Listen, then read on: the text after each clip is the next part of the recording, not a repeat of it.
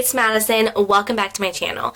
If you're new, welcome. I share my recovery from my eating disorder and just my life on this channel. So if you're new and that excites you, go ahead and hit that subscribe button down below and turn on post notifications so you don't miss an upload, because I upload 3 times a week, Tuesday, Thursday, Saturday.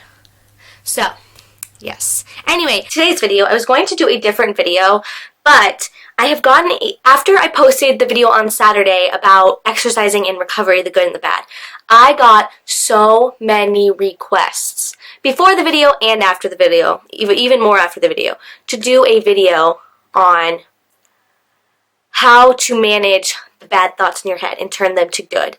And that's something I'm still working on, but I do have a couple strategies that really help me, and so I want to share those with you guys. I talked about it a little bit on my Instagram, but I want to go more in depth in this video for you guys. So, anyway, that's what we're going to be talking about today, but don't worry, Thursday and Saturday will not be a sit-down video. Do not worry. Anyway. Okay, guys, I have my coffee here. It's like 2:30, and I'm drinking coffee. Whoops.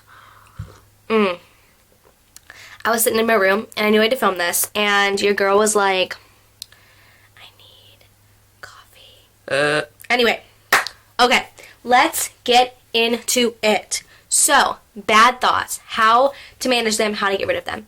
And basically, thoughts in your head that say you're fat, say you're ugly, say you've gained too much weight, say you need to eat less so you can lose weight. Don't just have to be surrounding your weight or your image. They can be like, you're not good enough for this, you're stupid, you're a bad driver, you're a bad speaker, you can't sing well. Like, it can be anything demeaning in your head, and how to get those out, how to change those into good. And when I was first starting my disorder and I was starting recovery, I thought that the way to challenge it was, the way to get rid of the bad thoughts was to challenge them and like kind of negotiate or like kind of come back at them with something. So like if they say, like, for example, if they were like, you need to eat less because you had a really big lunch, I'd be like, well, this, just because I had a big lunch doesn't mean I can't have a normal sized dinner. And they like come back out with it like that.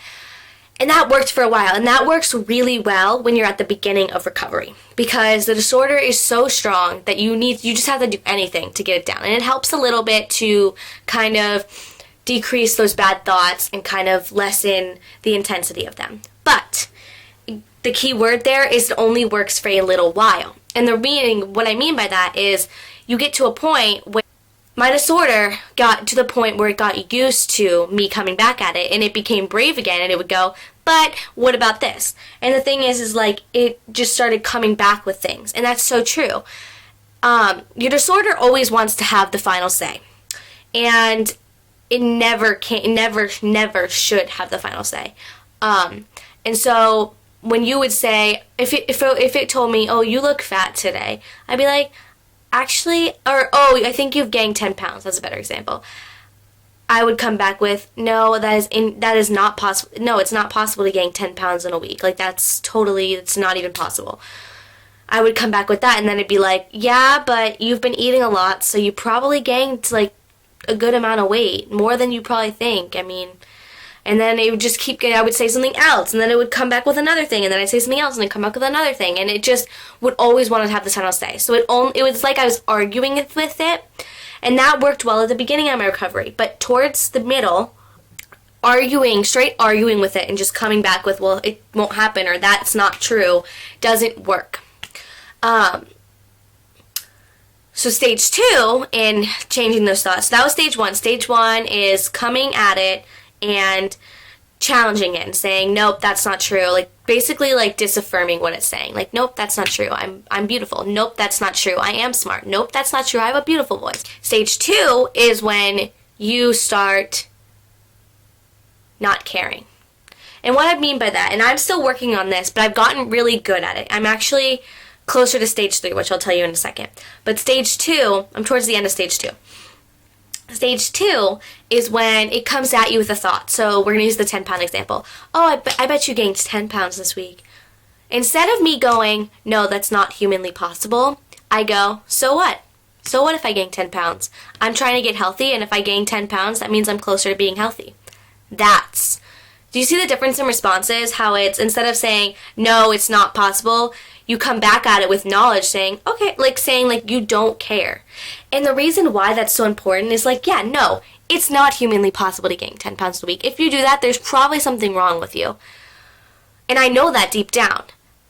But instead of saying that back to the disorder, I went back and said, I don't care. And that's what you have to do. Not caring, even though you know deep down it's nothing.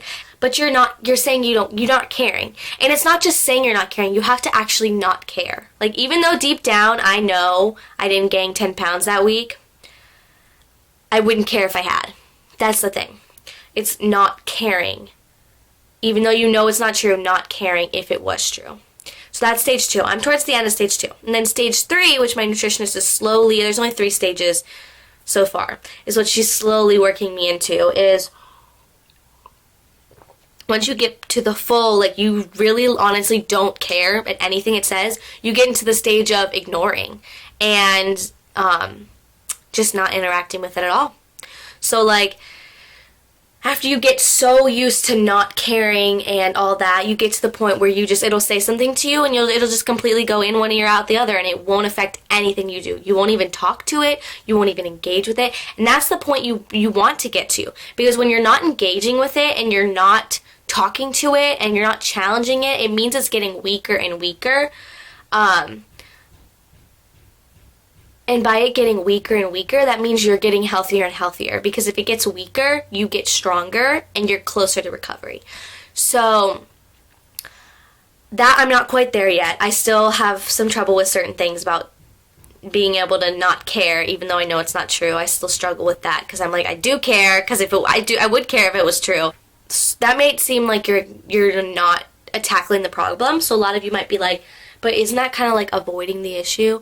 But the thing is like, by the time you get to stage 3, you're in a pretty good mindset. You're in a almost like healthy mindset that you don't need to talk back to it because you don't have that urge to act on the behaviors. The reason why you have to go through stage 1 and stage 2 where you talk back and you challenge it and you negate it and you kind of just like say you don't care and all that. The reason why you have to go through those phases with the thoughts is because that is how you challenge it and that is how you weaken it. If you just went straight to just ignoring it from the beginning and you didn't try to challenge it, you would not be getting any stronger. You would just be in your stage. And by talking back, it's a way for you to cope with the urge. So like, by me saying, I don't care, I'm going to have this anyway, was me coping with the urge to not have it even though I want it. And that's what I mean. Like, those, talking back to it helps you resist the urge and it helps you replace the unhealthy urge of restriction and not eating something you really want or whatever your urge is with something healthy.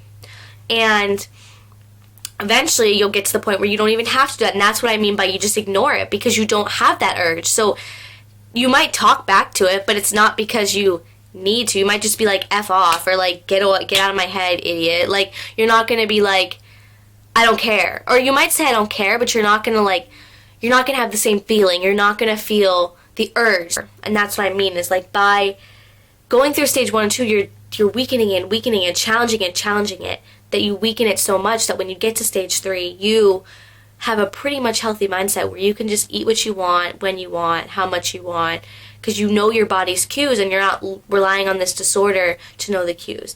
And that goes for anything. Like I said, this mental thing, like these 3 stages can go for anything. That was weird. The heck was that?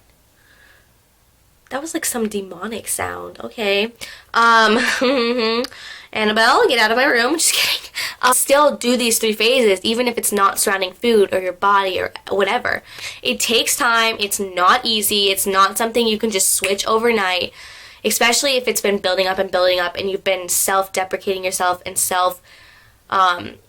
demeaning yourself and just being really hard on yourself in your head. It's not easy to just go, okay, I'm not going to care anymore, because that's not how it works. You have to go through that first phase where you challenge it, and then you can once you've gotten so used to challenging it that you just don't even care what it says, that's when you're in phase 2 and you're like, I don't care, I'm going to do it anyway.